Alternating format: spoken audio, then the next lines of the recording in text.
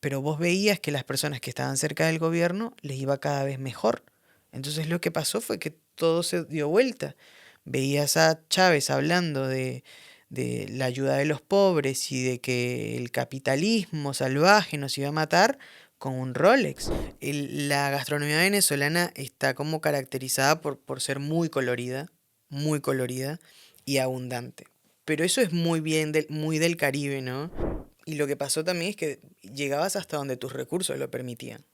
Entonces, hay personas que salieron con un vuelo de 6 horas y las personas que están saliendo ahora de Venezuela, porque siguen saliendo, es un viaje de 20 días, de 30 días.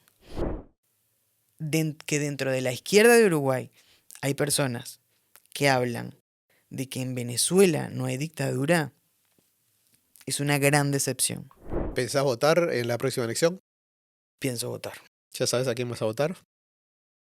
Esto va para Sin TV, sé a quién no voy a votar.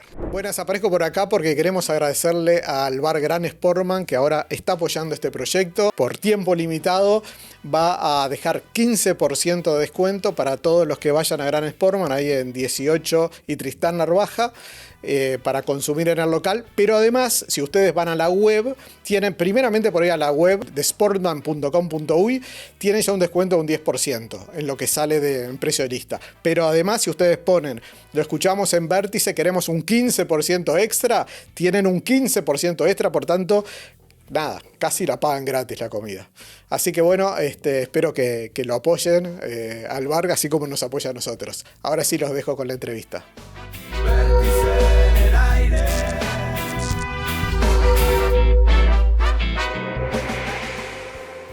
Muy buenas, nuevo capítulo de Vértice.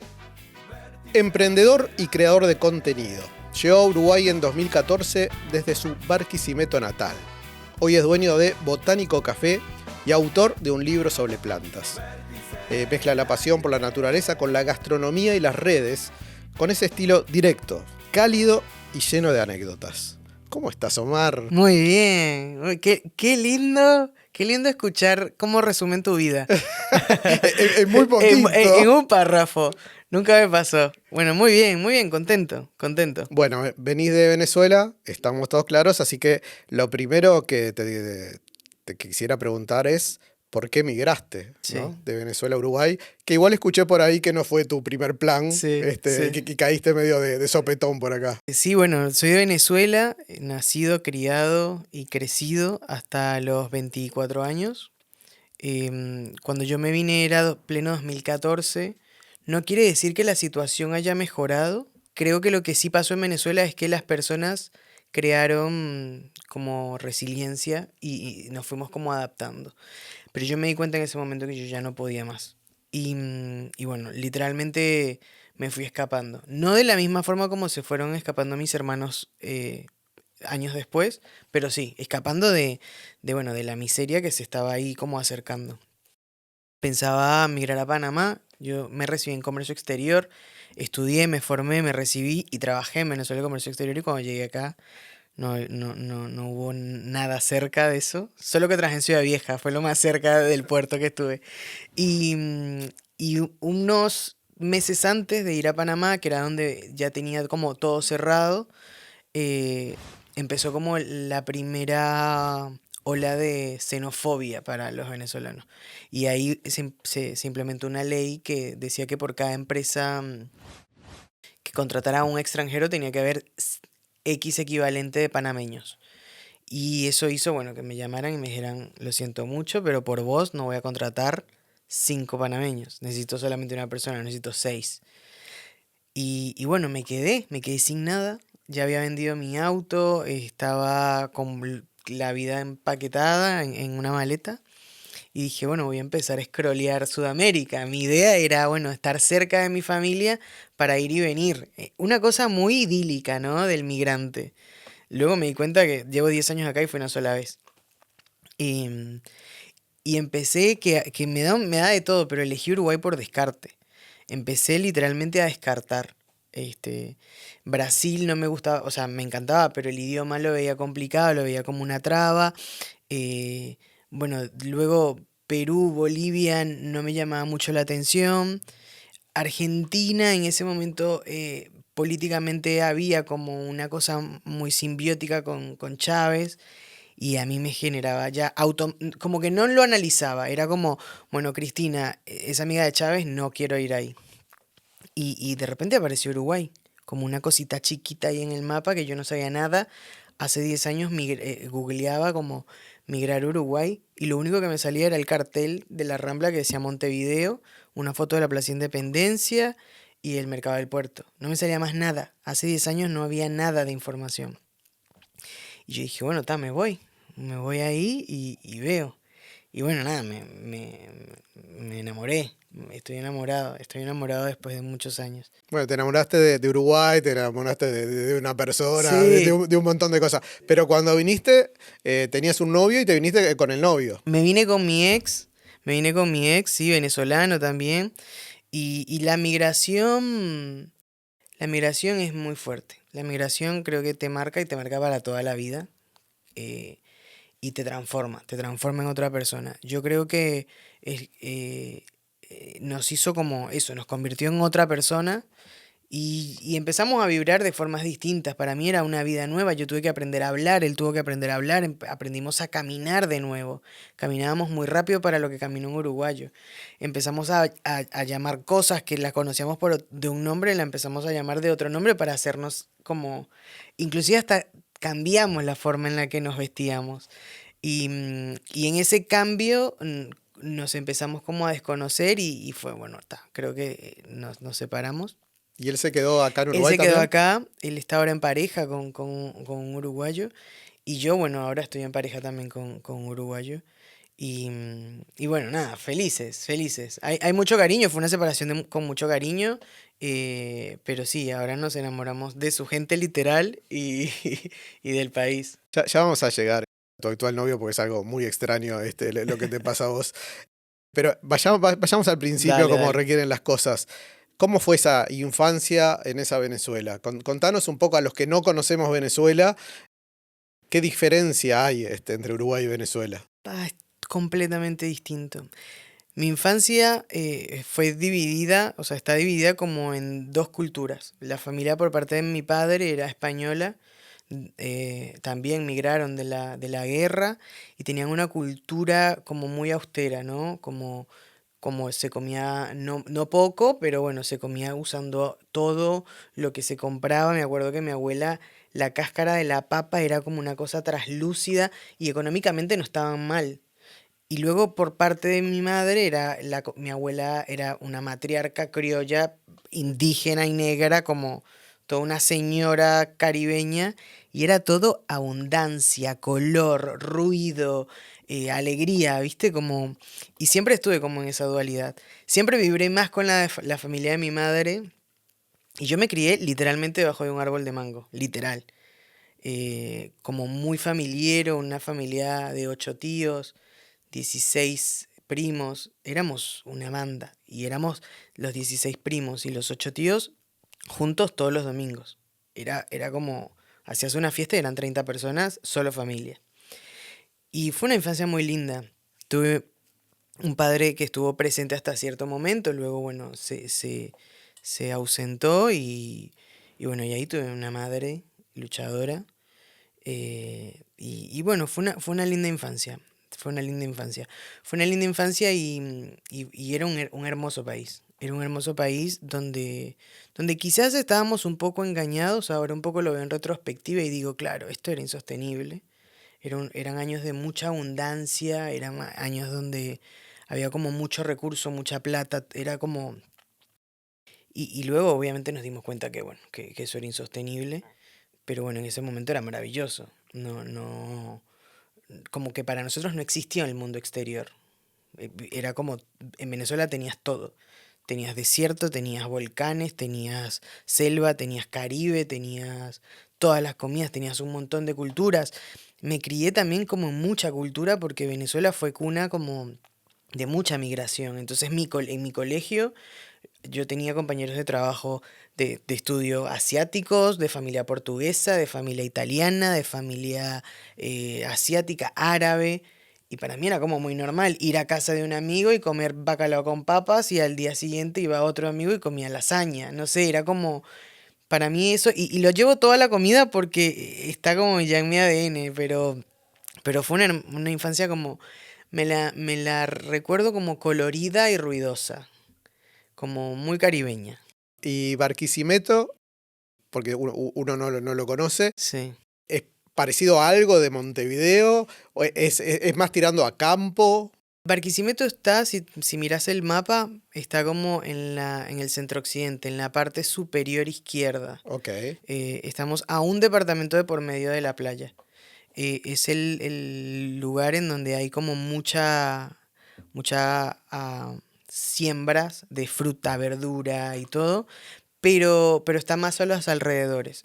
Le llaman la capital musical de Venezuela. Ahí es donde se hace el cuatro, que es un instrumento.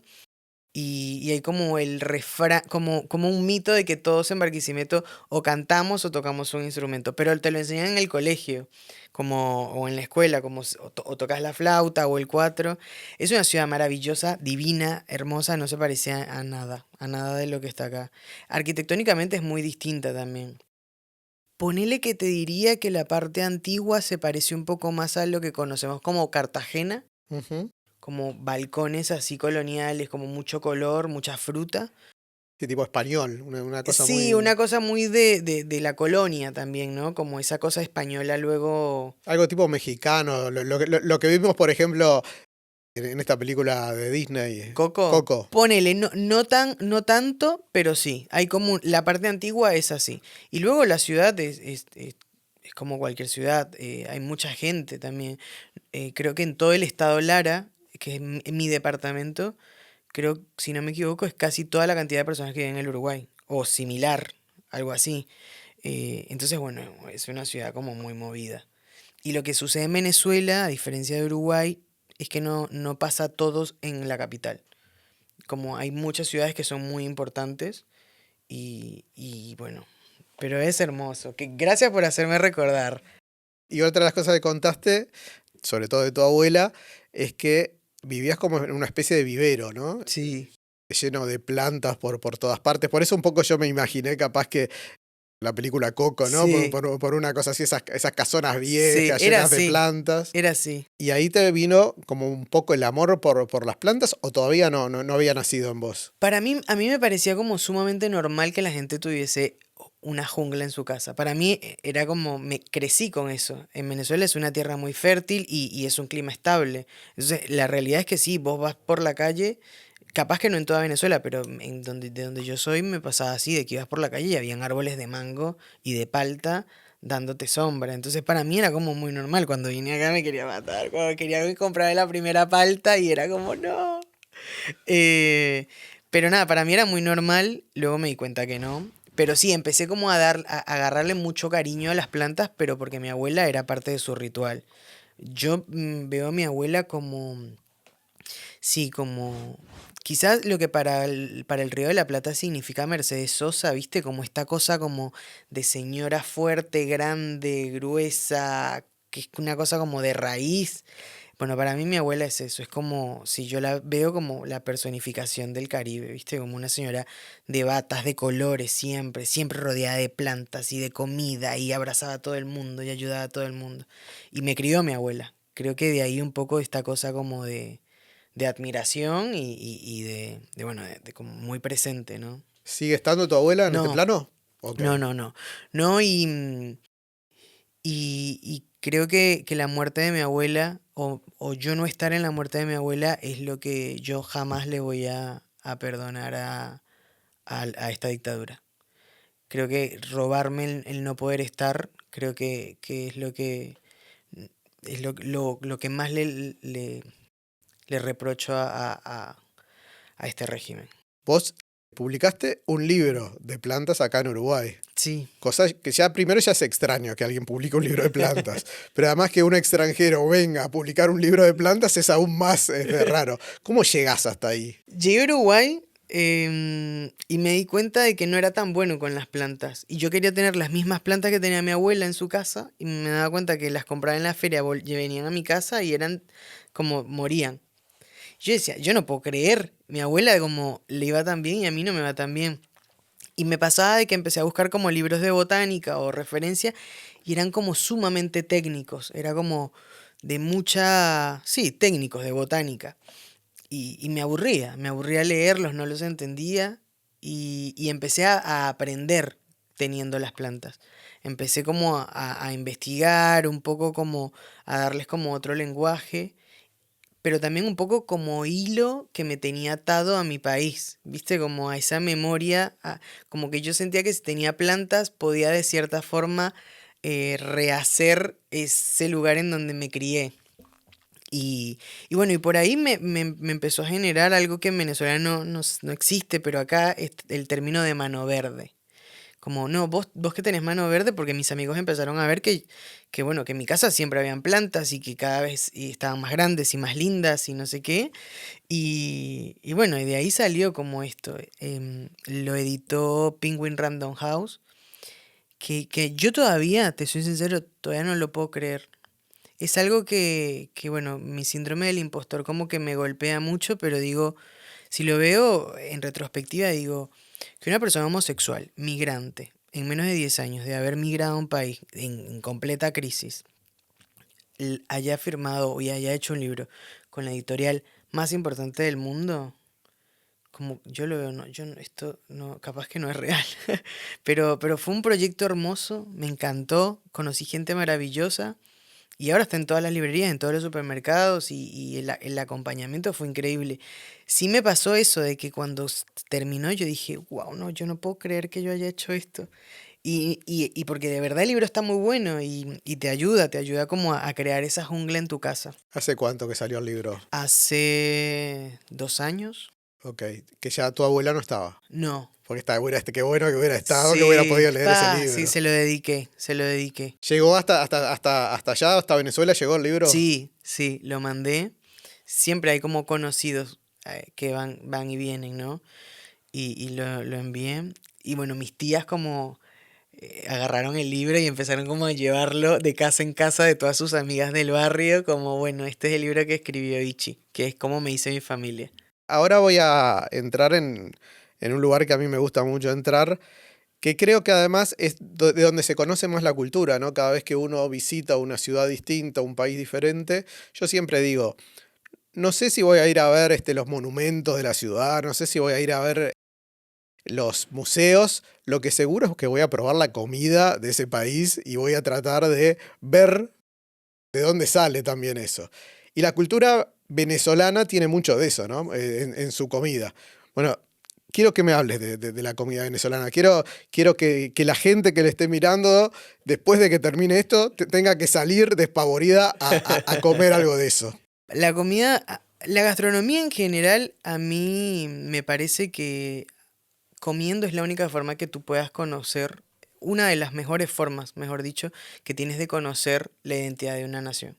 No creo que haya un libro que te lo describa mejor, no creo que haya una cultura que te lo describa mejor que comiendo. Es la única forma en la que vos podés decir, pero ¿por qué comen esto? Y si hurgás un poquito, ves que eso en realidad viene de de una deformación de alguna comida que llevó algún migrante o con los ingredientes que tenía. Y un poco eso es lo que pasa con Venezuela. Es un territorio muy extenso donde el clima es completamente distinto y la comida es completamente distinta. En el oriente se comen cosas que en el centro occidente, que es donde yo soy, no se comen, pero siempre tenemos como algo como democratizado. La gastronomía venezolana está como caracterizada por ser muy colorida y abundante. Pero eso es muy bien, muy del Caribe, ¿no? Es deliciosa, es riquísima. Para mí no voy a mentirlo, es la gastronomía que más me encanta. Me parece como súper diversa. Y bueno, y gira todo alrededor del choclo. Este, gira todo alrededor de ahí y de la malformación que tiene, o la deformación que tiene el choclo. De ahí, bueno, salen arepas, de ahí salen hallacas, de ahí sale un montón de otras cosas. Lo más famoso que tenemos es, bueno, las arepas y los tequeños, pero anteriormente Venezuela y Colombia y parte de Ecuador era todo junto, ¿no? Por eso nos seguimos peleando de quién es la Sí, como arepa. Uruguay-Argentina, algo así. Claro, claro, pero en Venezuela y en Colombia pasa mucho más intenso porque en realidad no hay ni siquiera un río que los separe. Y literalmente fueron un único país. La arepa sigue siendo de Venezuela, pero por eso un poco, cuando era la Gran Colombia, bueno, se consumía en ambos lados. Nosotros tenemos un plato típico que se come solamente en Navidad, que se llama hallaca, que es muy parecido a un tamal. Es a base de maíz, de harina de maíz, envuelta en hoja de plátano y viene relleno. Viene relleno de un guiso de carne con ingredientes que no se consumen durante todo el año, solo se consumen ahí, que es alcaparras, pasas, aceitunas, entre otros. Pero esos tres ingredientes no se consumen más durante todo el año. Y a mí siempre me llamó la atención. Ya desde grande decía, ¿por qué si esto es tan rico no lo comemos todo el año? ¿Y por qué esto tiene, o sea, por qué nunca vas a encontrar una arepa con aceitunas? Si la comemos tanto. Y lo que sucede es maravilloso, porque bueno, creo que la historia de la migración es la historia de la humanidad y, y en ese paso de las personas siempre buscando como una mejor calidad de vida y moviéndose de una zona a otra, termina dejando como su semilla, ¿no? Y esa semilla de la gastronomía. Y en realidad eso era lo que dejaban los colonizadores, los españoles. Son ingredientes muy europeos. Y lo que hacían los indígenas y los negros era que mezclaban los restos de la picada que tenían los españoles, la mezclaban con carne y lo cocían de la manera que ellos sabían, que era envolviendo en hojas de plátano y bajo tierra con fuego. Que cientos de años ahora sea un plato tan democratizado, pero que en realidad partió de las obras de las personas que nos colonizaron, me parece poético. Y otra cosa que me parece increíble de la gastronomía venezolana es eso, la democratización de los productos. En Venezuela no importa si sos millonario o sos la persona más pobre. Seguramente una vez en un momento del día vas a comer arepas. Y no importa dónde vivas, no importa dónde vivas, no importa tu ingreso, no importa si estudiaste, si te recibiste, no importa. No importa tu color de piel, vas a comer arepas. Y creo que ahí hay algo mágico, en el igual, ¿viste? En un mundo donde hay como tanta desigualdad y tanto abuso y todo. Creo que la gastronomía también hace un guiño como, vos comes lo mismo que yo, o sea, no somos tan distintos. Pero sí, por suerte habemos muchos acá que estamos como mostrando ahí nuestra gastronomía. Cada vez hay más, además Sí, sí, venezolanos. sí. Yo, por ejemplo, una de las cosas que probé fue el pabellón, que es exquisito. Es decir, a mí generalmente, a mí me gusta probar, ¿no? Me gusta probar mucho, justamente como te decía, los distintos tipos de comida. Una de las tantas veces que probé el pabellón y me enamoré. Y es abundante. Es abundante, No, ¿eh? y yo me quería morir cuando vine porque yo estaba acostumbrado a despertarme y comerme una arepa con huevo, queso, carne, poroto. Era mi desayuno, que ahora 10 años después no podría, no puedo. Ya me acostumbré demasiado. Pero yo me quería morir cuando yo dije, bueno, salgo y me levanto algo y lo único que encontraba era chocolatada y bizcochos. Yo decía, no, pero esto no.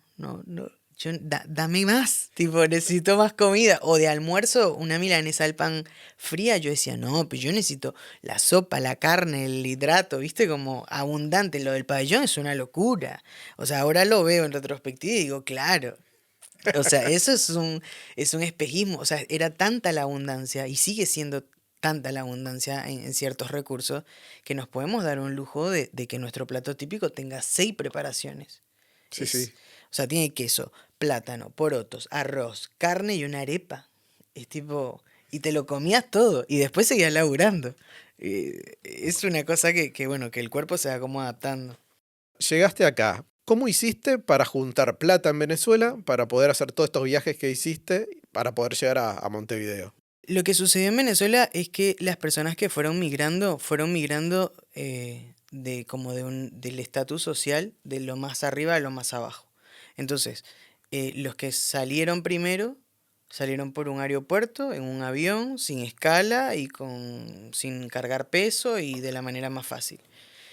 Y a medida de que fue pasando el tiempo, muchas aerolíneas fueron cerrando y lo que pasó también es que llegabas hasta donde tus recursos lo permitían. Entonces, hay personas que salieron con un vuelo de 6 horas y las personas que están saliendo ahora de Venezuela, porque siguen saliendo, es un viaje de 20 días, de 30 días. Yo salí en la mitad.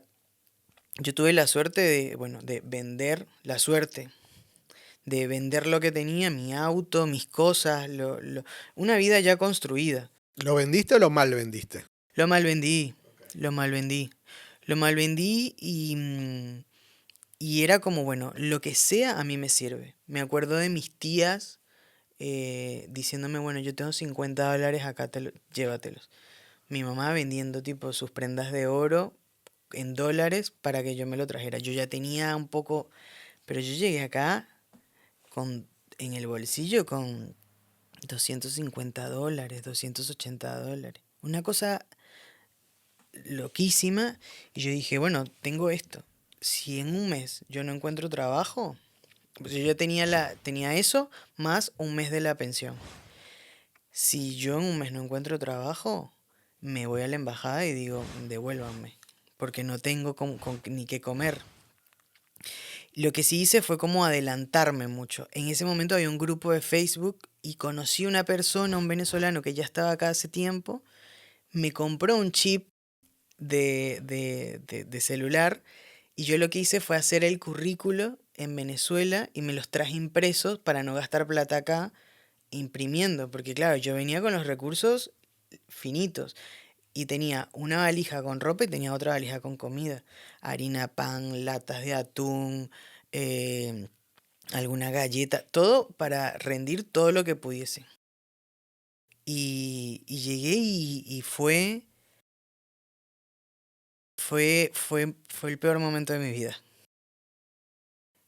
La primera noche fue horrible. Yo llegué a Argentina, me recibió una amiga, llegué en la mañana, en ese momento con Viasa viajaba a Argentina, a Buenos Aires, y después en la tarde me tocó un buque, me monté en un Colonia Express que era más barato, y llegué a Colonia. Y después, bueno, el bondi y todo. Que en realidad ahora, si voy a Buenos Aires, lo hago y no me pareció una locura. Pero después de todo eso, yo estaba como sobreestimulado, ¿viste? Yo no entendía. De repente estaba en un avión, después en un taxi, después en un ferry, después en un bus. Y como que no llegaba más. Llegué a Tres Cruces y para mí era, no entendía nada. Me acuerdo que me monté en un taxi. Yo tenía todo escrito en un papel a dónde era la pensión. Y lo primero que me dice el taxista, me dice, flaco, ¿de qué cuadro sos? Y yo juraba que me estaba hablando de un cuadro de Picasso. ¿Viste? Yo decía, pero yo estaba como, no entendía qué es este plástico que me divide del taxista. Para mí era todo nuevo y yo tenía 24 años. Y yo tipo, ¿de qué cuadro? Me dice, sí, ¿de qué cuadro sos? Le digo, le digo, no te entiendo, perdón. Que aparte no le entendía, literalmente no le entendía. Me dijo, no, deja, me acuerdo. Yo decía, ¿qué cuadro? No estoy entendiendo nada. Bueno, me llevó y cuando llegué a la pensión, era casi medianoche y nada, me quería morir. Fue la peor noche de mi vida, me acuerdo que era octubre, o sea, no hacía ni frío, no hacía tanto frío. Y yo me estaba cagando de frío, me arropé con una toalla. ¿Viste la frase esta de, bueno, si nos arropamos hasta donde llegue la cobija? Literal estaba así, o sea, si me arropaba acá, me quedaban los pies afuera. Y si no, me quedaba la parte de arriba afuera. Y así estuve, pero en medio de eso, yo estaba como confiado. Yo Igual dije, estabas con tu novio venezolano en ese yo llegué momento. antes, Ah, vos llegaste a... sí, él llegó 5 días después, Ok. pues no pudimos comprar en los pasajes al mismo tiempo. Y durante esos 5 días fue una locura. Yo me acuerdo que iba caminando como de cuadras en cuadras, ¿viste? Salía, em, la pensión era Cerro Largo, por la Plaza Sereni, Ok, sí, tipo sí, sí. un poco más abajo incluso. Y yo me acuerdo que yo caminaba como 3 cuadras, volvía a la pensión, como los gatos. Al día siguiente caminaba 5, volvía a la pensión y así como que me iba moviendo. Todo el trámite del pasaporte y todo eso ya lo tenía un poco más adelantado. Yo como que me traje una tesis de Venezuela. Yo decía, bueno, el sueldo mínimo es tanto, más o menos un surtido vale tanto, bueno, tengo para estar tanto tiempo. Y ahí me hice, yo tenía dos currículos, tenía uno como de mi formación profesional como comercio exterior y el otro que era como, que era, no era mentira, pero era como, había sido barman y no sé qué, y que en realidad mucho de eso no era. Eh, y bueno, y cuando llegó mi novio, ahí fue como, bueno, estamos acá. Y ahí empezamos a repartir currículos. Yo empapelé Ciudad Vieja. Mi trabajo era buscar trabajo. Yo salía a las 8 de la mañana y llegaba a no sé a qué hora. Y mi trabajo era eso, tipo, puerta por puerta, oficina por oficina. eh, un día con un currículo y al día siguiente hacía el mismo recorrido, pero para restaurantes y tiendas. Eh, y a mi novio a mi ex lo llaman para una tienda de ropa, porque él ya tenía experiencia en eso, a la semana de haber entregado. Y y a mí a los 15 días. Esa semana que pasó, yo me sentí la persona más fracasada. Ahí me vinieron todos los miedos. Claro, yo dije, no voy a encontrar, no voy a encontrar, no voy a encontrar. Y encontré mi primer trabajo en Jacinto. Fue mi primer laburo. Y bueno, y de ahí pasó de todo. En el medio tuve que aprender. Tuve que aprender literalmente a vivir de nuevo. Y sigo teniendo esta sensación de que empecé una carrera tardía. Como que cuando salieron todos de la meta, a mí me tenían como agarrado, ¿viste? Siento que me soltaron después. Porque me pasaba de que, claro, de que yo, justo lo hablaba con una amiga, de que tengo 10 años acá y tengo como una red de apoyo que puede tener un niño de 10 años.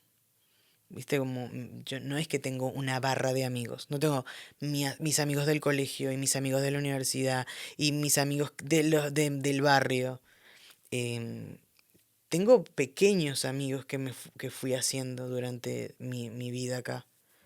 Eh, y, y bueno, y lo sigo haciendo, pero sigo sintiendo como esta sensación. Y ahí cambiaste un poco el foco, es decir, lo que menos sabías, en definitiva, increíblemente de a poco se va abriendo un camino diferente, ¿no? Desde ahí, desde que empezaste a trabajar ahí con Lucía Soria, a, a cómo llegás a tener tu propio lugar de venta de café, porque eso es más difícil todavía, porque si es difícil escribir un libro y publicarlo, tener algo propio, de la nada, siendo venezolano, con las dos manos una delante y otra atrás, es aún más complicado. Sobre todo, además, por todo que te exigen acá para tener un negocio, ¿no? Ahora lo miro y siento que pasó muy rápido, pero fue un camino muy largo. Mi primer trabajo fue en Jacinto y yo nunca trabajé tanto en mi vida como esos años. No solo cuando trabajaba en Jacinto, sino que yo luego seguía trabajando en Jacinto y antes de eso trabajaba en un call center. Que yo admiro y respeto profundamente a la gente que trabaja en un call center porque debe ser de los peores trabajos que existen. De verdad. Tipo, no importa lo que hagas, si cobras, vendes, lo que sea. Yo salía de ahí como con un año menos de vida. Y de ahí me cambiaba en el baño de ahí y me iba a Jacinto y trabajaba en la noche. O sea que yo por día hacía, sí, 13 horas de laburo los primeros años. Porque necesitaba mandar plata a Venezuela. Pero por suerte en Jacinto fue una gran escuela para mí. Ahí aprendí mucho, aprendí muchísimo. Y Lucía es una gran maestra, una gran mujer. Luego todo se fue dando. Yo tenía como esta necesidad y la sigo teniendo, es como algo que vengo peleando mucho en terapia también, como esta necesidad de sentirme de vuelta estable. Yo siento que todavía, a pesar de que tengo un libro y de que tengo X cantidad de seguidores y que tengo toda una experiencia y soy una persona reconocida, yo siento que en mi vida es como medio un castillito de naipes. Pero creo que es porque no tengo como esa raíz, que ahora la estoy construyendo. con Rodrigo, que es mi pareja actual, es como eso, es como mi raíz. Pero, pero fue un camino largo, fue un camino largo y en ese camino me pasó de todo. Me pasó de todo y aprendí mucho y sigo aprendiendo, por supuesto. Bueno, pero ¿cómo llegás a ese primer negocio? ¿Te prestan plata? ¿Vos habías conseguido determinada cantidad de plata Yo ahorrando? trabajaba en una empresa que se dedicaba a comprar espacios y los ponía lindos y generaba coworks. Y yo estaba trabajando en ese momento como asistente, después de Jacinto, después del Concelte, después que trabajé en una financiera y en medio hacía 1000 changas. Una de mis changas era ser asistente de uno de ese grupo inversor. Y yo en Jacinto le terminé de agarrar mucho más cariño a la gastronomía y a todo lo que corresponde, ¿no? Como a esta cosa de restauración, del restaurante, del servicio. Aprendí mucho a cómo hablaban acá, a lo que comían, cómo se manejaban, lo que estaba bien para ellos, lo que no estaba bien para ellos. Y ya tenía como cierta experiencia de lo gastronómico. Y ellos empezaron a tener como la necesidad de empezar a crear cafeterías en esos espacios. Y yo un día me lancé.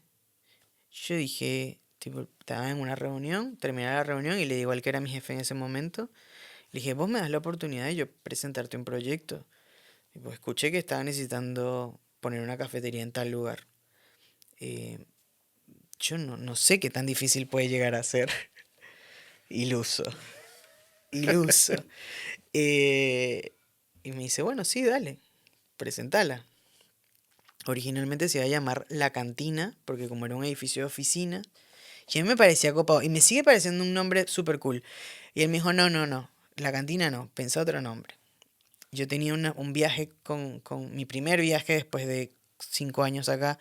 Fui a Río y fuimos al jardín botánico. Y estaba en el jardín botánico y dije, está listo, se tiene que llamar botánico. Me acuerdo que tuve la financiación únicamente de la máquina de café. Yo tenía una parte. Ellos hicieron la obra, que era un localcito de 3 metros cuadrados. Tipo, era una cosa así chiquita y 4 mesitas. Y yo ya sabía de gastronomía, pero yo seguía teniendo mi laburo y no podía yo ponerme a hornear. Lo que sí podía era atender en mis ratos libres. Y como conocía muchos gastronómicos, sabía que no sé quién hacía un brownie increíble, que no sé quién hacía una tarta increíble, que no sé quién hacía un rol de canela. Y ahí me senté con un cuadernito, che, si te compro tantos brownies, ¿en cuánto me los vendes? En tanto, dale, perfecto. Y después ahí empecé como a investigar, y si me pones al brownie no esto, sino que le pones esto, y ahí empezaron como a hacerme ellos mis recetas, o lo que yo quería. Abrí, empecé a trabajar las redes de botánico. Y hubo momentos en donde había fila. Para mí era como una locura. Era nueva la etapa de las cafeterías de especialidad. Y cada vez iba más gente, más gente, más gente, más gente. ¿En qué barrio estaba? Punta Ok. Garretas. Estábamos en Héctor Miranda, fue el primero. Y luego, y los dueños del conglomerado estaban felices porque iban y era como toda la fantasía millennial, ¿no? Como gente con computadora, perritos, café, música linda. Era una cosa como idílica. Y yo estaba feliz, pero en la vorágine tampoco lo disfrutaba mucho. ¿Y vos Porque estabas alquilando? ¿Está yo, bien? claro, yo Ok, estaba alquilando. Mi perfecto. arreglo era un porcentaje de la facturación. Creo que ni ellos ni yo sabíamos que también le iba a ir. Eso sí, ahí yo era literal. No conocía el monstruo. No había visto la realidad. Y era un lugar que, bueno, que se habilitaba muchísimo más fácil. Y hace 5 años, 6 años, era bastante más fácil. Luego surgió otro edificio. Y me dicen, che, Omi, porque me cambiaron el nombre en Uruguay. A mí jamás nadie en Venezuela me dijo Omi, jamás. Y ahora me dicen Omi, ya sé que soy yo, pero nunca nadie me dijo Omi. Pero bueno, esta cosa del uruguayo de poner disminutivo. O sea, literalmente soy otra persona desde que llegué. Y vamos a abrir otro lugar. ¿Querés poner otro café? Mismas condiciones. Nosotros hacemos el local, hacemos como la estructura, vos pones el equipamiento, las plantas y lo operás. Sí, dale. Y así pasó y hubo un momento que tuve 5 locales abiertos. y llegó la pandemia. Ya está. Marchó todo. Marchó todo. Marchó todo y yo marché con ello. Fue un caos para mí. Y en medio de todo, yo estaba tan inmerso en la locura de un local, de otro local, que sí faltó, que no faltó, que me pasó un poco de que me pasó por arriba. Me pasó por arriba y yo dije, pa, esto no lo estoy disfrutando, no me está haciendo bien, no, yo no sé si quiero esto. Y en medio de esto yo seguía estando solo. Tengo un equipo que todavía me acompaña, que es Andrea y mi vieja, que están ahí. Pero antes de eso mi madre se vino con cáncer de mama y nos agarró la pandemia. Fue una locura, fue todo demasiado. ¿Y cómo sobreviviste en esas fechas que no No, podías trabajar prácticamente? con mucha terapia. No, pero digo económicamente, no, porque No, eso no, fue sí. horrible. Cerré, estaba la opción del seguro de paro parcial y luego empecé a liquidar gente. Me tuve que poner como más en un lugar de empresario y decir, bueno, este local no da plata, lo cierro. Este local da plata, lo dejo. Este no, este... Y la mayoría no daba. La mayoría de los grandes sustentaban a los más chicos. Y ahí me di cuenta de mucho, ¿viste? Ahí tuve como mi primer... Así que mi- alguno quedó abierto, alguno de los locales. Sí, Ok. sí. Y ahí renuncié a mi laburo en que seguía trabajando para esa empresa y me dediqué 100% a eso. Me quedé con 2 locales y hace un año y medio me desvinculé de esa empresa y estoy en un único local ahora, mucho más controlado. Sigo teniendo como los clientes que quiero tener, soy mucho más libre también de hacer lo que quiera, porque yo en esta cosa de botánico no pienso solo como en una cafetería. Para mí botánico es como, bueno, mi patio trasero donde juego y ahí es donde hago talleres de velas, porque me gustan las velas, amo los perros, entonces hago jornadas de adopción, eh, me gusta la ropa y hago una feria de second hand, como que empezaron a hacer todo eso. Y bueno, y ahora estoy ahí, estoy contento, estoy muy contento. Tuve mucho, pero eso mucho no me hacía feliz. Y me pasó factura. Yo después de la pandemia em, estuve como de verdad en el peor momento psíquico de mi vida.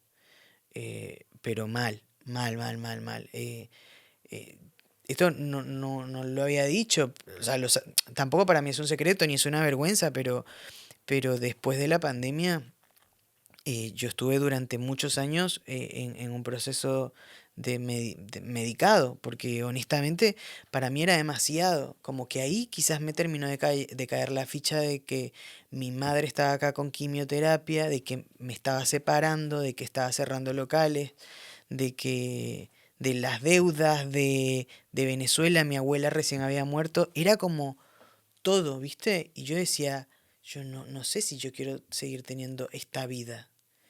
No sé si quiero seguir viviendo de esta forma. Y ahí conocí la psicoterapia y me cambió por completo. Pero fue un trabajo de años. Yo duré 2 años en un proceso como también de conocerme, ¿no? Pero bueno, fue muy heavy, fue muy heavy. Y ahora veo con mucha ternura em, a los emprendedores que tienen esta cosa un poco idílica de quiero tener mi cafetería, Ilusa, decirlo ahí. ilusa, claro, quiero tener mi cafetería porque me encantaría vender carrot cake y roll de canela y cafecito y poner una música suave y no, no es eso. Lamentablemente yo adoro este país, amo este país. Muchas de las políticas que se han implementado en este país han hecho que yo em, pueda hacer cosas como casarme, como pensar en adoptar, como poder tener un sistema migratorio correcto, pero este país no está pensado para emprendedores.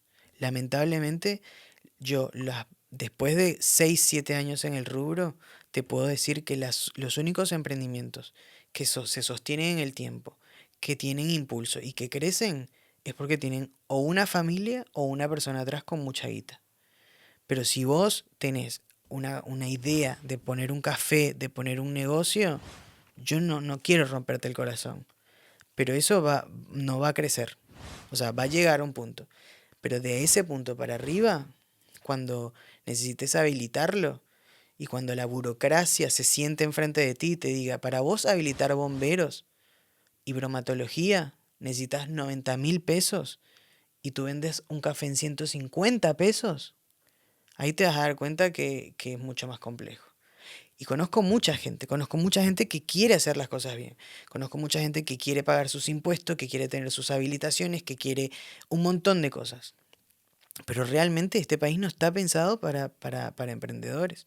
Porque o te quedas así, chiquitito, con un techo ahí que tenés miedo de cruzarlo, ¿viste? Es el único país, o bueno, no sé si es el único país, pero es un caso curioso, porque es el único donde yo conozco emprendedores que me dicen, ay, no quiero facturar más porque si este mes me paso, no tengo marcha atrás. Es un divague, porque Le pasa hasta a los empleados con el tema del del IRPF, IRPF. que no quieren cobrar más de tanto porque al final terminan ganando menos plata que lo que cobraban antes. Yo ahora estoy gestionando una habilitación para un negocio y te pongo en contexto. Este negocio vende tortas. Esas tortas valen 550 pesos. Para yo tener bromatología, porque es un local nuevo, necesito tener primero habilitación de bomberos. Pero no solo la habilitación de bomberos, sino un carrusel de trámites que yo tengo que tener alrededor, como la firma del electricista, el certificado del escribano que diga que yo soy Omar, porque yo siendo decir que yo soy Omar y llevar mi cédula donde dice que yo soy Omar no basta, yo le tengo que pagar a alguien que diga que yo soy Omar, y todo ese trámite me suma más de 100.000 pesos. 100.000 pesos para un negocio. ¿Vos querés que se funda? ¿O querés que no abra? Como Estado, no hay políticas que te ayuden de verdad a eso. Y es muy triste porque también cuando ves estadísticas ves que el motor económico de este país, hay un porcentaje importante que son las pymes, los pequeños emprendedores. Pero bueno, también no hay psiqui y no hay billetera que banque eso. No la hay. Y termina siendo como un juego, más que un juego, como una carrera de resistencia, no de velocidad. Tenés que bancar. ¿Hasta cuándo? No sé. Y por eso hay remates de productos de cafetería todos los días y negocios que cierran. Y detrás de esos negocios que cierran hay sueños, hay gente, hay emprendedores, hay sueldos, hay de todo. Sí, sí, más toda la competencia que hay también, ¿no? Porque hay un Eso montón sin de gente duda. abriendo todos los días este negocio nuevo. Yo tengo 10 años acá y hay como es como un formato que se repite, ¿viste? Y yo un poco no lo entiendo mucho. Cuando yo llegué, estaban con el tema de las canchas de pádel. Pero yo estaba como tan enfocado en hacer plata para mandar a Venezuela que no le daba. Pero sí me acuerdo que cuando empecé a tener como más libertad para salir, de repente en todos lados había cervecerías artesanales y hamburgueserías. Y era como, paran, si seguimos siendo los mismos, ¿cómo hay 20 cervecerías en el barrio? Y todas decoradas igual, todas con la chapa de óxido. Y así luego pasó, ¿no? Luego vinieron las panaderías, atelier y de repente todo el mundo vendía croissants y baguettes y no sé qué. Y también empezaron como a pulular. Luego cuando yo abrí el Botánico hace 6 años, había muy pocas cafeterías de especialidad. Habían varias cafeterías, pero no habían tantas cafeterías de especialidad. Estaba Delab, estaba Culto, estaba un par más que eran muy buenas cafeterías. Ahora yo me fui de viaje y volví y en los últimos 6 meses creo que hay 8 cafeterías en el barrio. Pero sigue habiendo la misma gente. Entonces es como, vos hablemos, porque evidentemente o te mudas de barrio o nos vamos a fundir uno de los dos. No sé quién va a aguantar, ¿viste? Pero, Tengo malas noticias. Este país siempre fue igual. Yo me acuerdo cuando yo era chico que abrieron un carrito de chorizos. ¿ok? Bueno, después abrió otro carrito de chorizo, otro carrito. Al año había 2000 carritos de No, no, chorizo no, por no, todo, no, no. uno al lado del otro estaba. Pasó lo mismo con peluquerías. Empezó a abrir una peluquería, después había una peluquería por cada cuadra había una peluquería. Ahora están con el tema de las barberías también, que hay una por cuadra y media. Pero ahí, viste, es como no entiendo, bueno, ¿qué onda? O sea, ¿cómo nos vamos a manejar acá? Porque evidentemente a algunos no le va a ir bien, ¿viste? Y cada vez hay menos gente, nuestro público es básicamente el mismo. Creo que había un estudio que decía que en Uruguay en Montevideo, era uno de los si no es el primero, el segundo, con mayor cantidad de cafeterías per cápita en Latinoamérica. Es un divague.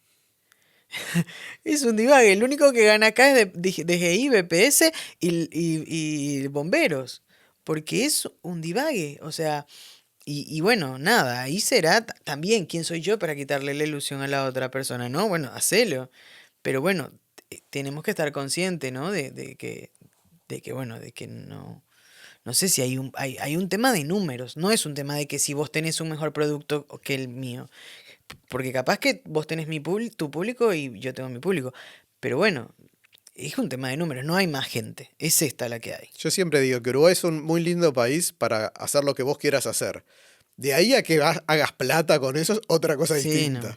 Pero se ve que oportunidad para hacer lo que uno quiere hacer, porque pasa hasta con el teatro, que es increíble, pero vos viste lo que es Buenos Aires. Bueno, en Uruguay se estrena más obras de teatro que en Buenos Aires. No porcentualmente, no, estamos hablando en números. Se estrenan más obras de teatro que en Buenos Aires. Entonces vos decís, está todo bien, ¿no? Pero Claro. tenemos un público, tenemos Sí, algo, ¿no? sí. Y muy de nicho aparte, ¿no? Además, bueno, el café un poco también era un público de nicho y ahora se ha ido expandiendo No, y también. aparte a eso, el tema del café, se le suma una cosa fatal y horrible, que es que polularon un montón de empresas extranjeras que venden café, que ofrecen sueldos muchísimo más bajos, con un producto bastante peor, pero con la espalda financiera para bancar. Porque si vos estás al lado de un Starbucks y el Starbucks está perdiendo plata y vos también, te lo aseguro que el Starbucks va a bancar años perdiendo guita. Vos no bancás un mes. Entonces también es eso, ¿viste? Es como, bueno, seamos coherentes, ¿no? Porque seguramente a Starbucks le termina saliendo más barato estar abierto. Porque seguramente tiene un montón de exoneraciones para hacer una franquicia extranjera que viene y hace inversión y no sé qué. Y en este Uruguay que nos jactamos todos, que recibimos a todos con los brazos abiertos y todo eso, y que nosotros no discriminamos a nadie porque somos casi perfectos, contame un poco de la discriminación de los uruguayos que sentiste. Sí, yo me he sentido discriminado en Uruguay y lo sigo sintiendo, pero creo que hay dos tipos de discriminación. Hay una que es como muy frontal y violenta y agresiva, que esa por suerte he tenido muy pocas, te diría 2 o 3 en 10 años, o sea, una cada 3 años, no está mal. No sé, me acuerdo la primera que tuve, que me quedé como en shock, ¿viste? Estaba paseando a mi perra en el parque y yo estaba hablando con una señora y la señora me dice, ¿de dónde sos? Le digo, de Venezuela. Yo con mi cara de Venezuela. Y la tipa me miró, se levantó, me dijo, ¿qué venís a hacer en este país? ¿Qué venís a hacer en nuestro país? ¿Nos venís a sacar el trabajo? Una señora que está jubilada. O sea, por su edad se ve, evidentemente estaba jubilada. Y yo me quedé así, no supe qué decir y me quedé en silencio, agarré a mi perra y me fui. Esa fue como la primera.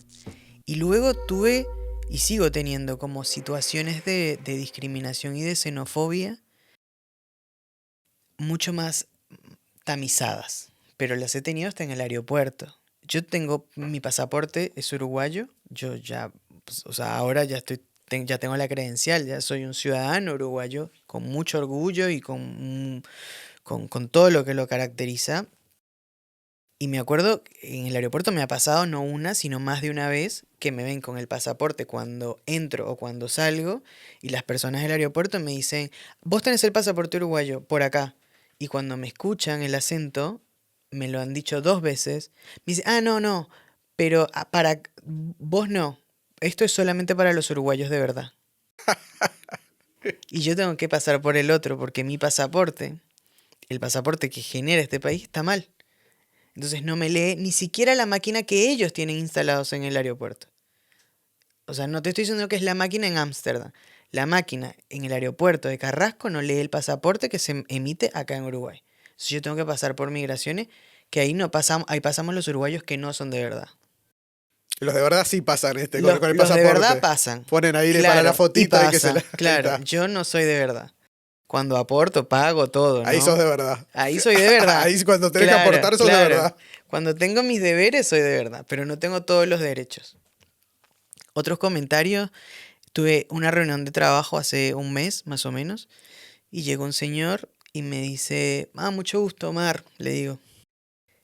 Y me dice, ¿De dónde sos? Le digo, de Venezuela. Me dice, pero tenés un nombre normal. Sí, sí, o sea, es un país famoso por su creatividad en los nombres, pero hay un montón de personas que tienen un montón de nombres. No sé si la palabra sería normal. Y esa misma persona siguió manteniendo como esa conversación y en un momento me dice, yo lamento mucho lo que está pasando en su país, pero ojalá nunca se arregle, porque a mí nunca me han atendido bien como me atienden los venezolanos. Eso no sé si es bueno o malo, ¿no? Para mí es malo. Para mí es malo porque nos pone en una situación como servil, ¿viste? Como vos sos bueno atendiendo, no para que te atiendan o para hacer otra cosa. Tu rol es ese. Y conversaciones muy banales de la vida, donde ya queda como por adelantado que mi primer laburo acá fue de delivery. Tipo, vos llegaste y ¿qué hiciste? ¿Delivery? No, trabajé de mozo. Ah, claro, mozo. Claro, Podía redondear. claro. Y ahí te das Si cuenta. le decías médico, se moría ahí No, la sí se persona. Ahí. muere, por supuesto. ¿Y vos estudiaste? Me han dicho. Sí, claro. ¿Pero en la universidad? Sí. Ah, ¿vos te recibiste? Sí. Como cualquier persona en cualquier planeta, en cualquier país del planeta. Y ahí te das cuenta que en realidad, no te digo en el general del uruguayo, pero creo que no hay un tema de discriminación de ser migrante. La discriminación es si depende del país de donde emigraste. Porque yo estoy seguro que yo hubiese tenido estos mismos casos si hubiese tenido un pasaporte europeo, por ejemplo. Si yo le hubiese dicho a la señora del parque que tenía el perro que soy de Suiza. O si hubiese tenido esta misma reunión de trabajo y el señor le digo que soy de Londres, yo te aseguro que no hubiese tenido discriminación ninguna. Y decir que no sos boliviano o peruano, porque ahí Sin es duda. mucho peor O todavía. negro. Sí. O trans. Bueno, sos gay, que también tenés otra discriminación más. Vas acumulando No, yo cumplo, discriminaciones. sí, yo cumplo todas las minorías. Yo cumplo todas las minorías y me jacto de eso. Soy puto, soy migrante, soy petizo, soy pelado. Entonces soy un combo perfecto para el hate. Entonces hay mucho trabajo ahí, ¿viste? Porque de algún lugar me van a agarrar. Por venezolano, por migrante, por homosexual, por petiz. Por algún lugar me van a agarrar. Y me agarran, por supuesto me agarran. Y hablando de eso, estás en todas las redes porque además de todo sos influencer. Entonces te voy a preguntar, ya que estamos en este tema, ¿cómo manejas el hate en las redes?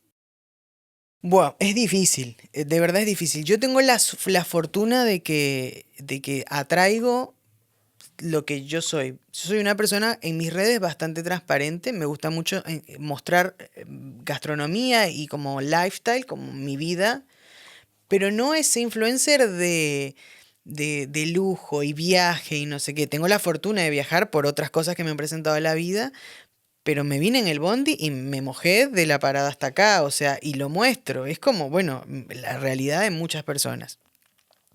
Y en esta cosa de ser transparente y buena onda y este optimismo caribeño, la mayoría de mis seguidoras, porque muchas son, te diré el 80% son mujeres y son mujeres que van desde los 30 a los 60, son un amor, son lo máximo. Pero es inevitable llegar a otras. Y he tenido de todo. He tenido desde el hate por ser gay, es como de manual. Siempre tipo en una publicación hay 5 o 10 comentarios solo de hate. Y tuve uno que me marcó, me generó como preocupación, como susto, como miedo, donde un tipo me escribió al privado, o sea, primero venía de muchos mensajes, eh, y me escribió uno y se ve que esa persona evidentemente está muy mal, pero fue muy violento y fue primera vez donde me amenazaron. Me decía como, lo ponía como en un caso hipotético, donde decía, ustedes están mal, ustedes no van a hacer que como que la población crezca, eh, y son unos animales homosexuales, y si viene uno y los mata, uno es el malo. Todavía capaz que hasta voy preso. Claro, ¿en qué mundo vivimos que uno no puede matar a un puto? Y yo fue como, wow. Hasta el Che Guevara mataba Claro, putos. ¿Qué lo claro, parece? no. Tipo, me quedé como, wow. Me dio miedo. Te juro que me dio miedo. Lo bloqueé, obviamente, pero no me llega tanto hate. Me llega, por supuesto. Pero no tanto. No tanto. Bueno, y al mismo tiempo, como sos un influencer, algunas marcas han confiado en vos también para sus productos. ¿Cómo llegas a las marcas? ¿O las marcas llegan a vos? Lo que me pasó con las redes fue rarísimo. Yo aprendí a manejar las redes por manejar las redes de Botánico. Yo no era influencer. Empecé a manejar las redes de Botánico porque, bueno, como buen emprendedor yo quería hacer todo. Quería hacer la caja, quería limpiar, quería manejar las redes, quería ser mozo, quería abrir, quería cerrar. Y le exigía a este cuerpito de unos 60 todo. Y entre una de esas tareas, bueno, era manejar las redes. Y aprendí, empecé como a tener cada vez como mucha más habilidad y bueno, y soy como de la era digital, entonces hay una cosa como que no tengo ni idea de cómo funciona la psicología, pero como que todos los que somos de cierta generación tenemos como esa habilidad. Y, y empecé luego a subir contenido mío y de repente como que la gente le empezó a copar. Y bueno, y años después tengo casi 150.000 seguidores. Es una locura, me lo imagino y digo, no, es mucha gente. Pero ¿cómo llego a las marcas? Las marcas llegan a mí.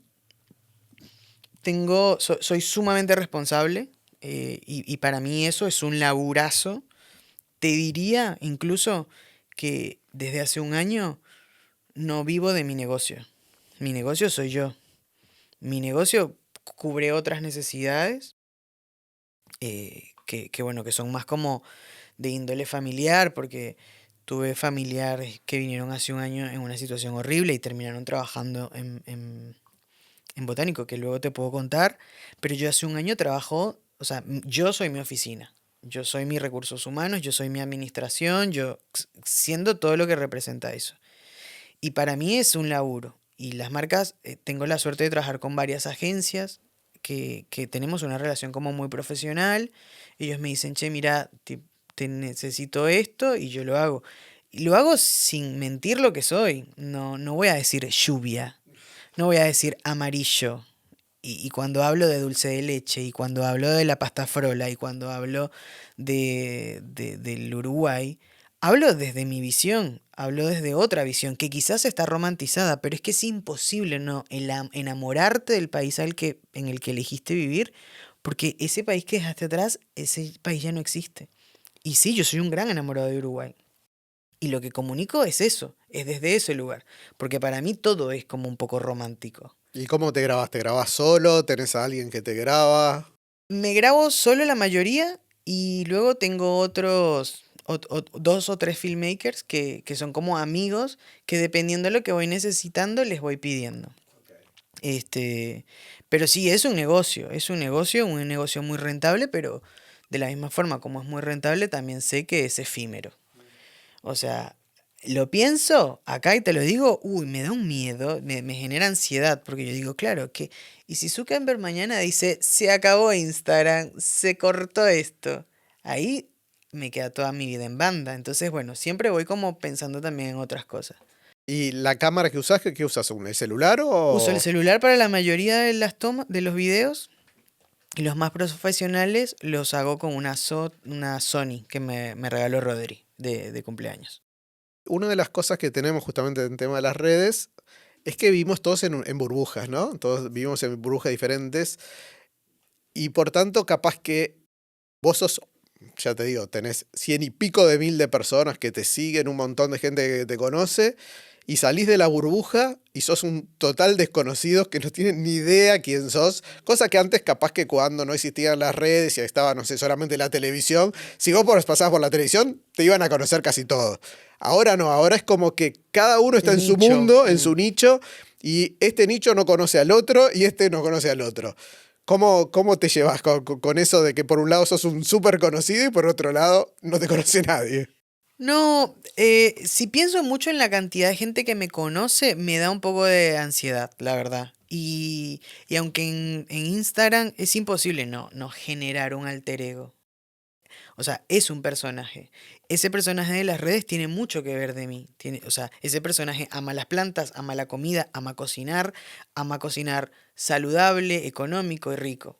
Ese es el personaje. Ahora, ese personaje nunca se va a aclarar un combo. Pero Omar sí se va a aclarar el combo. Entonces trato como de mantenerlo distanciado, ¿viste? Como vos sos el personaje y vos sos el que está acá. Sos mucho de mí, pero yo no soy 100% de eso. Y eso un poco me ayuda también a ser como desconocido. Sí me pasa de que estoy en la Rambla y hay lugares. Yo sé que si voy al gimnasio, no sé, voy a un estadio de fútbol, nadie me va a conocer. Pero seguramente si voy a la feria, sí. Y literalmente me pasa eso. O sea, si estoy en la Rambla, un pibe de 30 años no me conoce. Pero la señora de 50, de 45 sí me conoce. Y conocen, y conocen mi vida, conocen el nombre de mi pareja, conocen todo. Y eso es un viaje. Cuando estás en el bondi, y me acuerdo que una vez me senté en el bondi y venía hablando con Rodrigo, terminó la llamada y la señora se voltea y me dice, te reconocí por la voz. Y le digo, hola.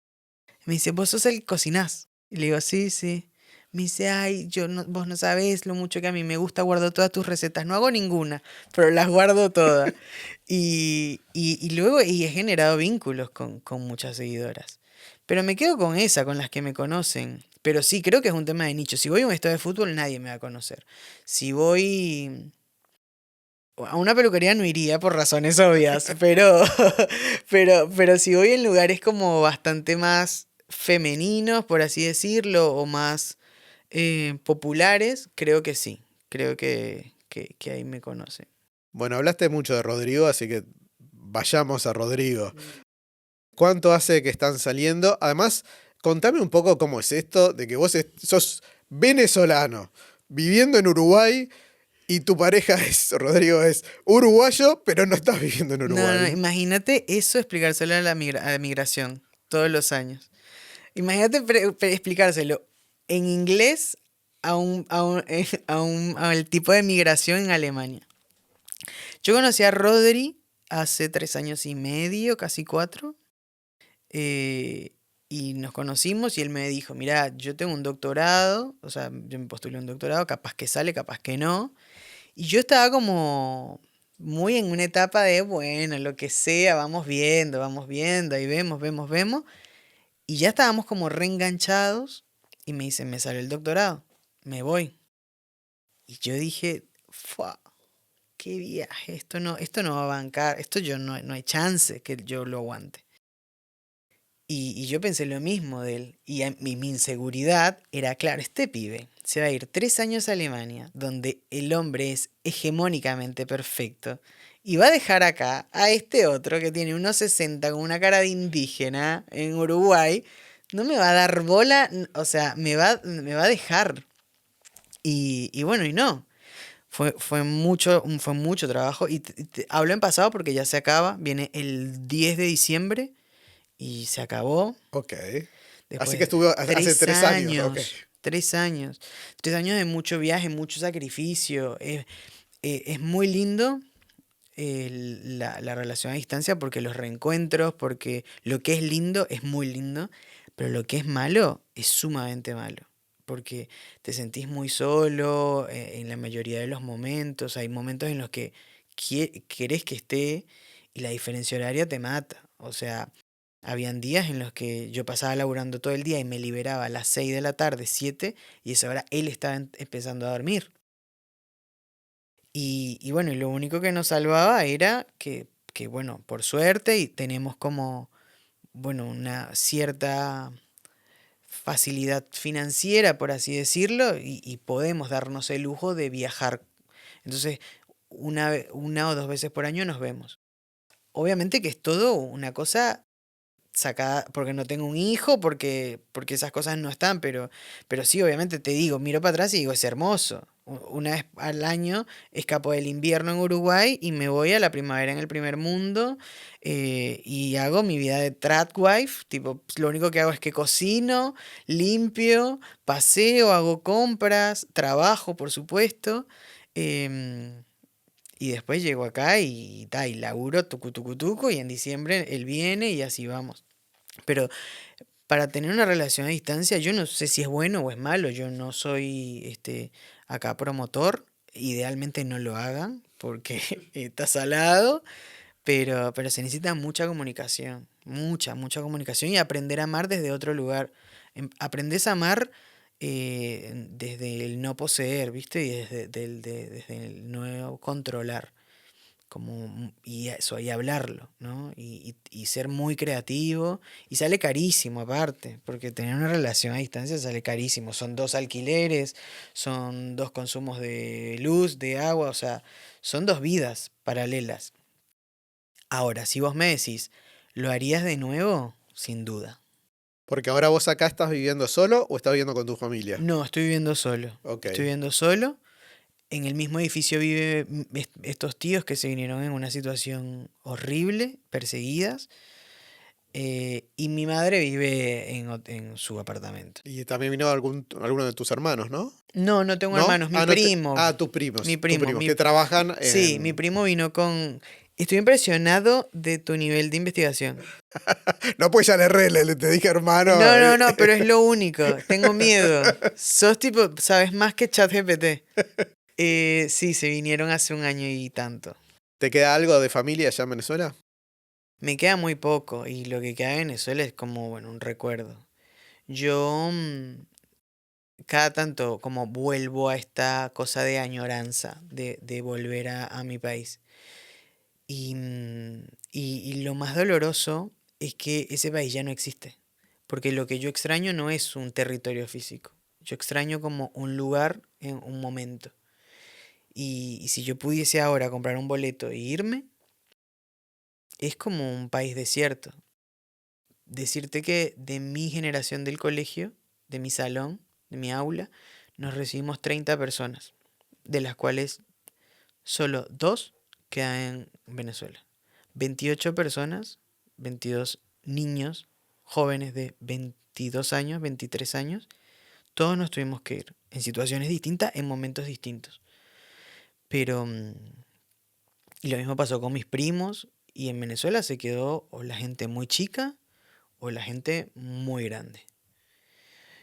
Y es muy triste, es muy triste. Tengo una tía que viene ahora, tengo algún primo, pero también es imposible seguir manteniendo un vínculo cuando estás tan lejos. Al principio sí, al principio hablaba con ellos por videollamada todos los días. Pero si estás atado a eso, no puedes construir tu vida acá. Y bueno, y todo esto nos hace llegar al momento culminante de la política. Porque todo esto que te pasó y todo esto que te sucedió seguramente hubieras tenido una vida totalmente diferente si no hubieras tenido que irte de Venezuela en algún momento. Y todo está enrabado Sin duda. con la política. Que vamos a empezar con Venezuela, pero vamos a terminar en Uruguay, porque además ahora creo que ya tenés la posibilidad de votar aquí en Sí. Uruguay. Así que vamos a Uf. terminar acá. Empecemos con... Acá se viene la funa. Acá es donde te terminan. Empecemos con Venezuela. ¿En qué momento vos fuiste consciente de que en Venezuela había una dictadura y que eso empezó a provocar cosas en el país que hizo eso insoportable estar ahí?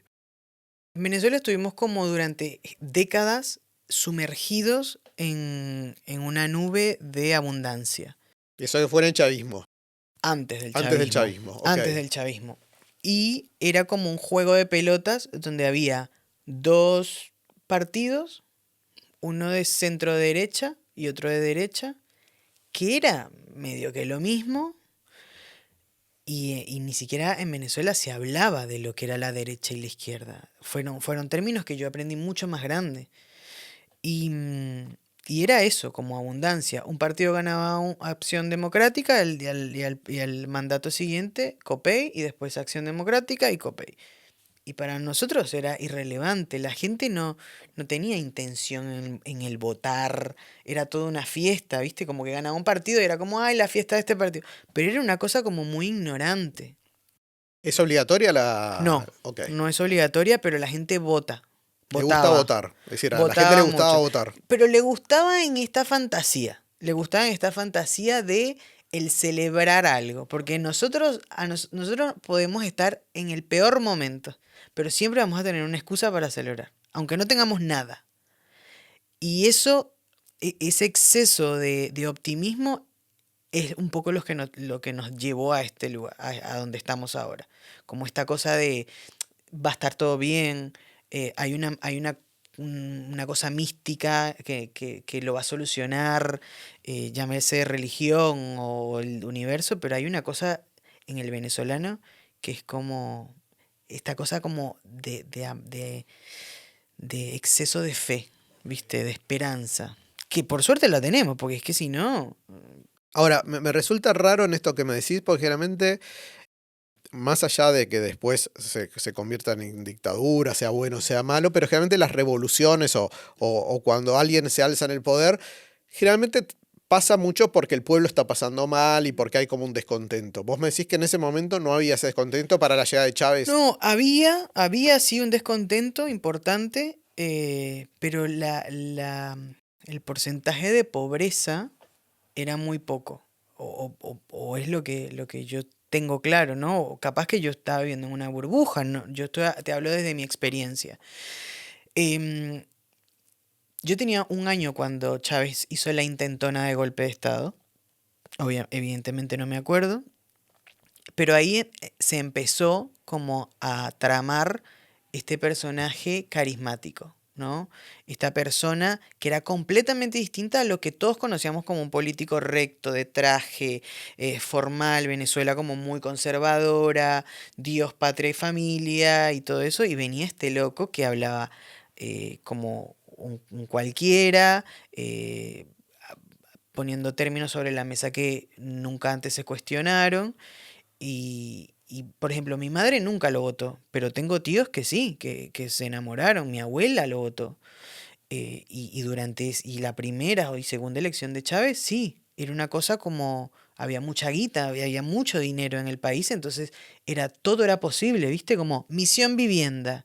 No eran 10 edificios, eran 600 edificios.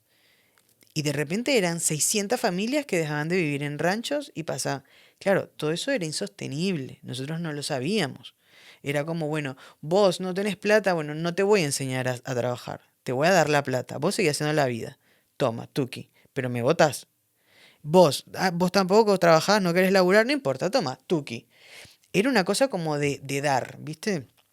Y, y bueno, nada, a mí no me gustaba cuando yo crecí, como que yo no vibraba mucho con esta cosa de ver al militar ahí, y era como una cosa medio egocéntrica. Estamos hablando de cadenas nacionales que duraban 8 horas, 9 horas, un tipo hablando. Es imposible que dures 9 horas hablando y no divagues. Y después todo empezó como la escasez, ¿viste? Y en un país que estuvo acostumbrado a la abundancia, eso empezó a ser raro, ¿viste? Como, ¿qué es esto? Tipo, ¿cómo que no voy a comprar la cantidad de papel higiénico que quiero? No, no, vas a comprar uno y vas a comprar por cédula. Y ahí empezó como a volverse todo mucho más restrictivo, ¿no? Pero vos veías que las personas que estaban cerca del gobierno les iba cada vez mejor. Entonces lo que pasó fue que todo se dio vuelta. Veías a Chávez hablando de la ayuda de los pobres y de que el capitalismo salvaje nos iba a matar con un Rolex y su hija en yates. Y empezó él a rodearse de gente que lo que eran resentidos sociales, eran personas y son personas ineptas, son personas que no tienen un mínimo conocimiento en nada. Y eso fue haciendo de que si vos sos ministro de turismo y no sabes nada de turismo, y toda la plata te la gastás vos en fiestas, en fiestas, en apartamentos, en propiedades, porque lo peor de lo que pasa en Venezuela, lo peor de todo es que está ahí. No es que Trump en su delirio dice que hay unas narcolanchas. Capaz que es un delirio, pero lo peor de todo es que vos le preguntas a alguien en Venezuela, ¿vos crees que en la lancha había droga? Te van a decir que sí. Porque a Venezuela no lo gobierna un gobierno. A Venezuela lo gobierna un narcoestado que realmente está en una estructura en base a la droga. Es real. Eso es real. Lo ves. Lo ves en los llanos, lo ves en la costa. Todo está manejado por militares. Y eso, por eso nunca vamos a salir de donde estamos. Vos que tenés gente allá en Venezuela, porque viste que se muestran distintas cosas de Venezuela.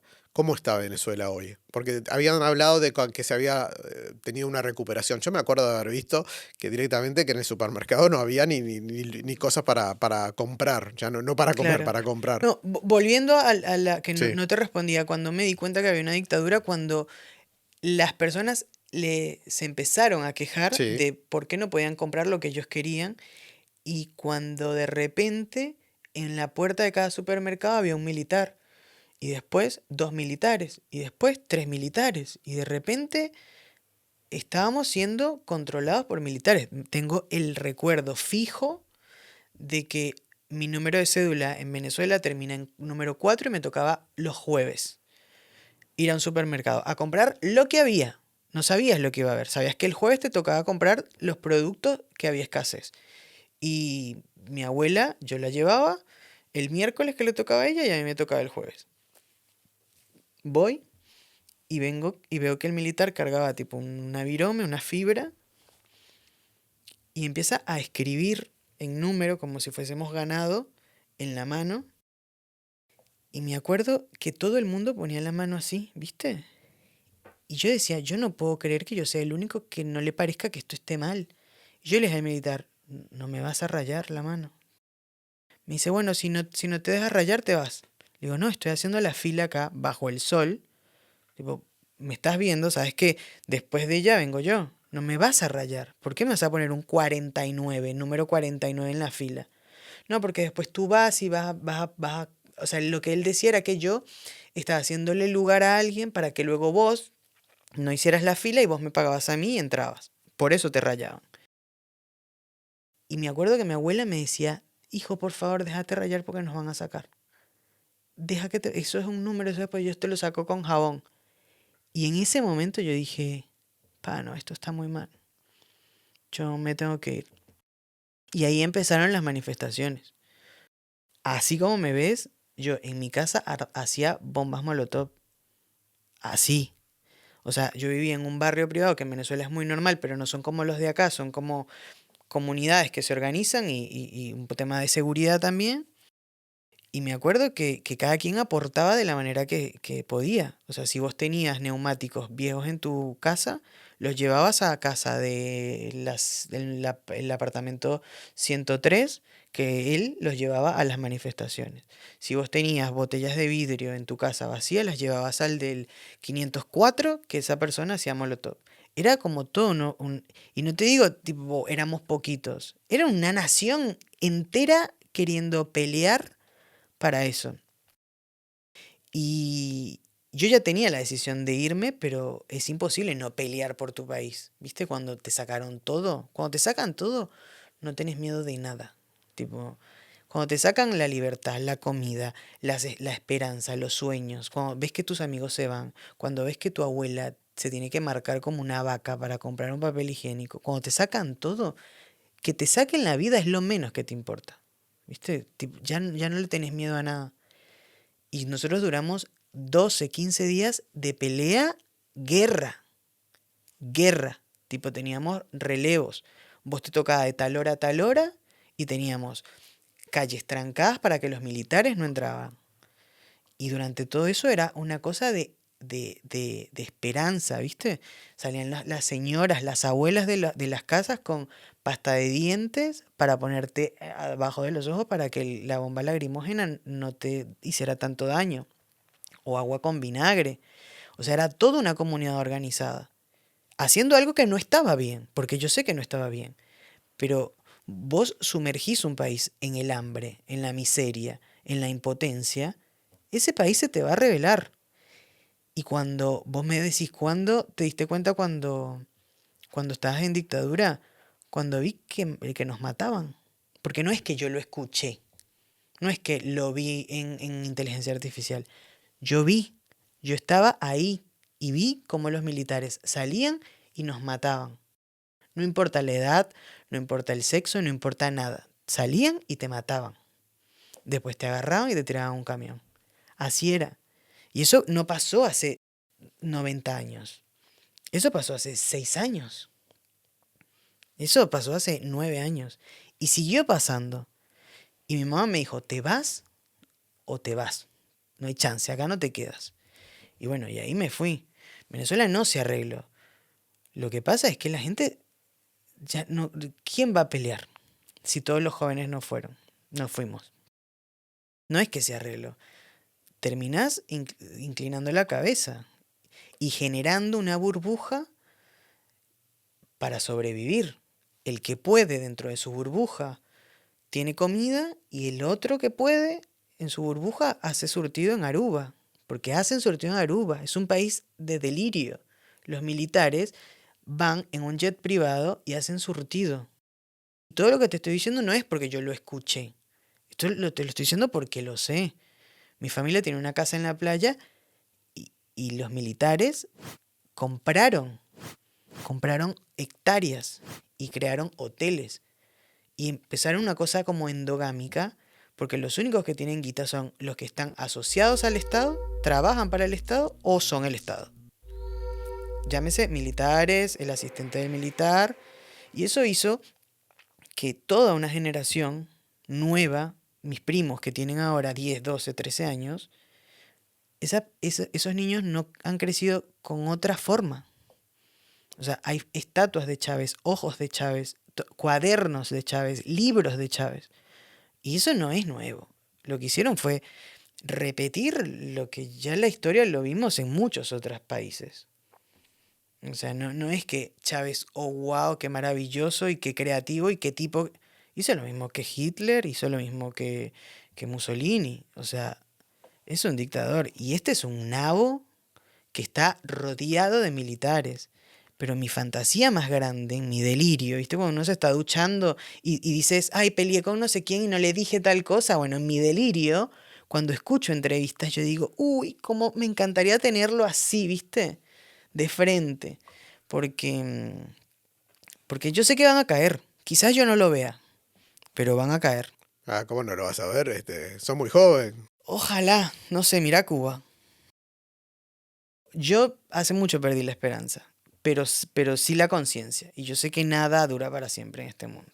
Bueno, y después de todo eso, te encontraste en Uruguay con políticos diciendo que Venezuela no es una dictadura. ¿Qué te pasó a través de la piel, del corazón? Cuando llegué a Uruguay, en realidad me di cuenta de lo importante que es la política para la democracia, para la nación. Y ahí empecé como a investigar más, ¿viste? Tipo, bueno, el Partido Colorado, que no es algo que hablo nunca. Los que me conocen muy en serio saben que mamo mucha política, como que veo muchos programas de política. Rodrigo es un gran político, tipo, una persona que sabe mucho de política y hablamos mucho de eso. Y ahí empecé como a armarme y me di cuenta que, bueno, que la izquierda no tiene nada que ver con el chavismo. Pero que dentro de la izquierda de Uruguay hay personas que hablan de que en Venezuela no hay dictadura, es una gran decepción. Es una muy, muy, muy gran decepción. Y es un puñal que cuando escucho en entrevistas, en tertulias, y escucho personas que dicen, en Venezuela no hay dictadura. En Venezuela hay, bueno, quizás un abuso de poder, porque bueno, por el bloqueo. Me parece un poco hipócrita que por lo mismo que ellos pelearon durante la dictadura, que no fue hace mucho, y que hace un año estaban todos dándose golpes en el pecho, celebrando tantos años de democracia en Uruguay, actualmente no digan nada. Y que entre fantasmas se pisen las sábanas, no se pisen las sábanas, me da mucho dolor. Y creo que es una gran falta de respeto para la memoria de los que se fueron, para la memoria de los uruguayos que se fueron y eligieron Venezuela para salvarse. Y también es una muy falta de respeto para los venezolanos que vinimos a Uruguay, que elegimos vivir y que elegimos pagar nuestros impuestos y hacer nuestra vida y hacer todo acá. No entiendo, porque quizás es algo muy complejo y quizás yo estoy viendo solamente la punta del iceberg, pero, pero los discursos que tienen hacia Venezuela son muy escuetos, son muy banales, son muy superficiales, son temerosos y es muy triste, es muy triste, es muy triste y siento que pierde credibilidad el partido. Acá han venido todos, han venido de Frente Amplio, del Partido Nacional, del Partido Colorado, y cuando vino algún del MPP, que yo sabía lo que pensaban, yo les dije, la verdad, sinceramente no entiendo, porque si hay alguien que sufrió la dictadura, es la izquierda uruguaya y sobre todo los más radicales de la izquierda uruguaya, todavía más los tupamaros, le digo. Entonces, la verdad no entiendo cómo pueden decir estar a favor de cualquier dictadura, porque después se me ponen a discutir, no, porque vos no ves la dictadura. Yo veo todas las dictaduras, todas son una mierda. Es decir, Sí, no sí. importa si es de derecha, de izquierda, del centro. Es decir, cuando una persona no vota, que capaz que la democracia no es lo ideal, pero es lo mejor que tenemos, como dicen algunos, no puedo creer que simplemente por un tema de, que es lo que me parece a mí, que es esa chicana política al otro, al otro, ¿no? Como el otro dice una cosa, entonces yo tengo que decir lo contrario, como para ejercer esa cosa de que yo no soy igual al otro. Afirmar eso, ¿no? Afirmar una cosa que está Sí, no, lista, además. claro, pero en el medio te cagás en mucha gente. Y me parece una falta de respeto. Hace unos días escuchaba en un programa de radio de política que escucho mucho a uno de los tertulianos diciendo exactamente eso. Tipo que era una aberración que María Corina le hayan dado el Nobel de la Paz, que lo que estaba pasando en Venezuela no era dictadura, pero en su argumento él ponía casos de otras personas que estaban nominadas al Nobel de la Paz y decía, a tal organización que defiende los presos políticos, a tal persona que defiende los torturados por denunciar lavado o narcotráfico o cosas medio turbias electoral. Era todo lo que hace la tipa. O sea, todo lo que hace. Y María Corina no es la persona, pero es la única persona que actualmente tiene Venezuela. Te puede gustar o no. Hay muchas cosas que yo comparto y otras cosas que no comparto. Yo estoy a favor de una intervención, por supuesto que no. Pero la realidad es que no tenemos otra salida. Obviamente que no quiero que venga una injerencia y que ahora Venezuela pase a manos de los Estados Unidos. Obviamente que no. Pero tampoco quiero que esté a manos de Irán, de Rusia y de China. No quiero que mi país sea la prostituta de entre las grandes potencias. Y lamentablemente, desde Venezuela de adentro, ya no va a pasar. Y es una gran desgracia y una gran vergüenza para la política uruguaya que no se pongan las cosas con los nombres que son. Sobre todo un país que hace muy poco tiempo salió de la dictadura, donde hubo personas que fueron torturadas, asesinadas, desaparecidas, que es lo mismo que pasa en Venezuela. No que pasó, que pasa. Mis tíos llegaron hace 1 año y medio de Venezuela, un poco menos. Lo fueron a buscar los militares en su negocio. Mi tío no estaba, se llevaron a mi primo de 18 años y a mi tía de 50 y pico. Los metieron presos. Los separaron. A mi tía le dijeron que le iban a violar. Y a mi primo le dijeron que tenían 24 horas para conseguir $5.000.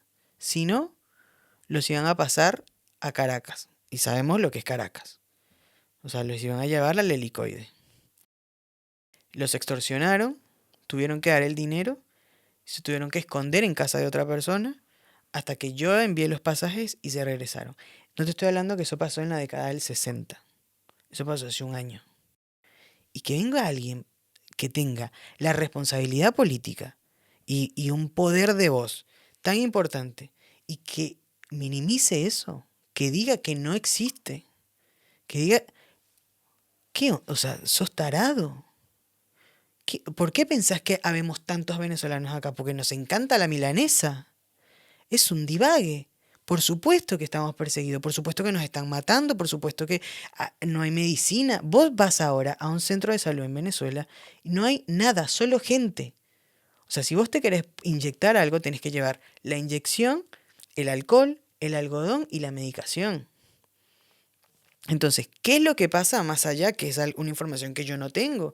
Pero yo quisiera entender, ¿es solo por chicana política o hay algo más? ¿O está el gobierno de Venezuela metido que ellos no pueden decir que no? El día del nombramiento en la ceremonia del funeral de Pepe Mujica, no es que me dijeron.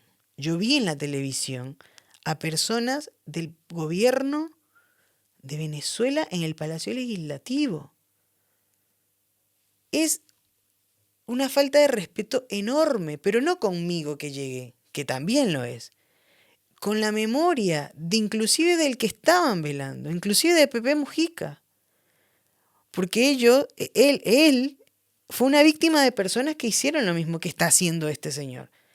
Y que se lo excusa ¿por qué? Porque solo dice que es de izquierda. Entonces toda persona que diga que es de izquierda se le va a perdonar todo. Me parece una doble vara horrible. Y me tiene muy decepcionado. Porque yo me considero una persona de izquierda. Centro izquierda, porque estoy muy de acuerdo con un montón de cosas, con el matrimonio igualitario, con las minorías, con la ayuda social. Me parece que sí, que para mí es importante la redistribución de los recursos, pero de eso no tiene nada que ver con ser el alcahueta de unos dictadores. No tiene nada que ver. ¿Pensás votar en la próxima elección? Pienso votar. ¿Ya sabes a quién vas a votar? Esto va para Sin TV. Sé a quién no voy a votar. Perfecto. Contame un poco de acá en más, ¿cuál es tu futuro? Seguir trabajando. Quiero seguir generando más fuerza en mi marca personal. Me gustaría seguir como generando más encuentros con seguidores. Seguir como siempre asociado a la gastronomía. Y bueno, me veo un par de años viviendo en el interior, animalitos, una huertita. Creo que vibro más para ahí. Me mataste con eso que dijiste, que los venezolanos no vinieron por la milanesa. Yo estaba convencido que era por eso. Pero bueno, gracias por venir, Omar. A ti, muchas gracias. Nos vemos en la próxima. El camino marcan el compás. En el silencio que retumba, nuestra esencia sonará, resonando la ciudad. Vértice en el aire.